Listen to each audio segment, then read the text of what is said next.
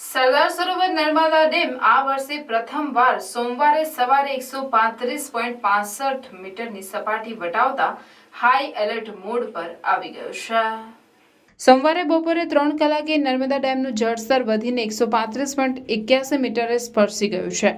ડેમની સપાટી દર કલાકે 2 થી 3 સેમી વધી રહી છે। સરદાર સરોવરમાં ઉપરવાસમાંથી પાણીની આવક 2.88 લાખ ક્યુસેક થઈ રહી છે। ડેમના 1.2 મીટર થી ખુલ્લા 9 ગેટમાંથી પાણીનો પ્રવાહ વધારી 1.34 લાખ ક્યુસેક નદીમાં ઠલવાઈ રહ્યું છે। જ્યારે ગોળબોલે અને આરબીપીએચના તમામ 6 ટર્બાઇન ચલાવી નદીમાં 45,000 ક્યુસેક પાણી ઠલવાતા નદીમાં કુલ 1.79 લાખ ક્યુસેક પાણીને લઈ ભરૂચના ગોલ્ડન બ્રિજ ખાતે નર્મદા નદીની સપાટી સવારે 11 કલાકે 13.12 ફૂટે પહોંચી, જે બપોરે 3 કલાકે ઘટીને 11.4 ફૂટ થઈ હતી। હવે નર્મદા ડેમ હાલ 90.51% ભરાઈ ચૂક્યો છે। વડોદરા, નર્મદા અને ભરૂચ જિલ્લા વહીવટીતંત્ર એલર્ટ રહી કાંઠાના ગામો પર નજર રાખી રહ્યું છે।